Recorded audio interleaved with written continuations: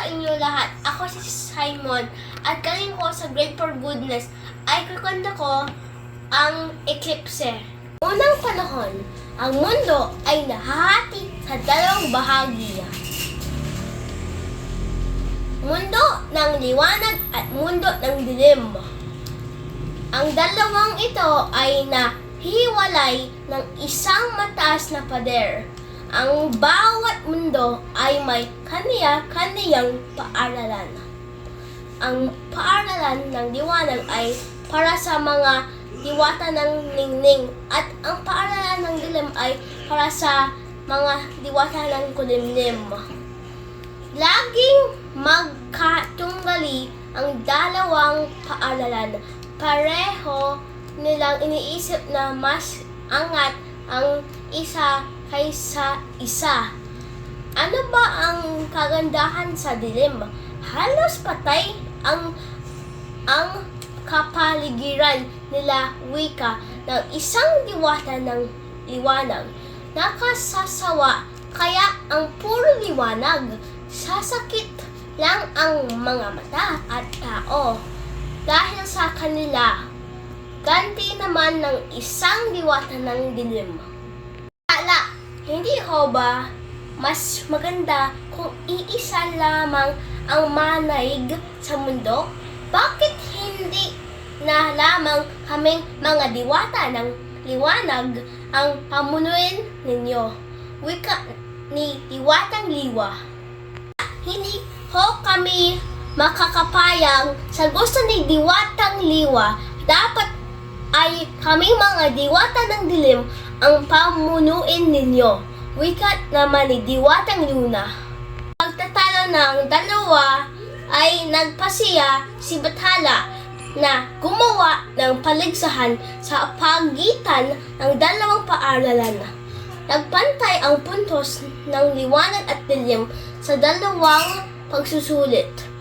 Ang magsasabi kung sino ang mananalo, kailangan nilang makalmahin ang isang may wagang oso. Bukan ni Diwatang Liwa na pagniningning ang paligid sa kalma ang oso. Sa ganda nito, ngunit hindi ito nangyari. Ang paligid, ika'y kumalma ang aming ibig, wika ng Diwatang Liwa sa oso. Nasilaw ang oso at agad na nagwala. Bukan naman ni Diwatang Luna na padilimin ang paligid. O oso, tumigil at tumahimik. Sa akin, ikaw ay makinig, wika ng Diwatang Luna.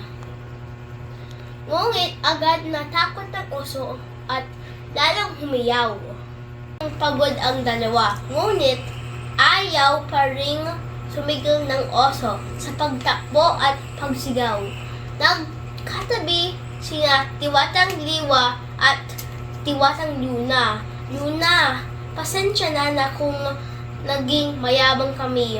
Hindi ko akalain na walang talab ang ningning naman ni Diwatang Liwa. Hindi na lamang kayo ang naging mapagmalaki. Dapat lang din na huminging kami ng paumanhin sa inyo. Tugod ni Diwatang Luna. Nag-iisip kung paano kakalma ang oso.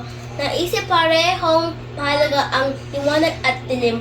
Nagyakap ang dalawang diwata at nabuo ang isang napakagandang tanawin.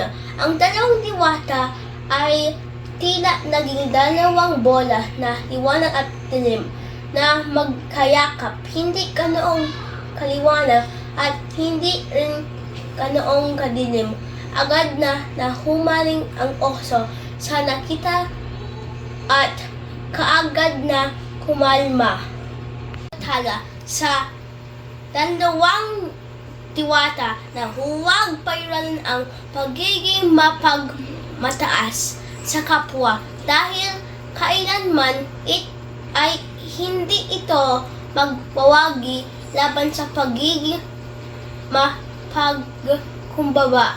Mula noon, 2 hanggang 4 na beses sa isang taon nagsasanib ang puwersa ni na Liwa at Luna. Silang inaabangan ng mga tao sapagkat napagkaganda nilang tignan. Sila ang naging simbolo ng pagsasama ng liwanag at dilim na ngayon ay tinatawag na eclipse. Salamat! Paalam!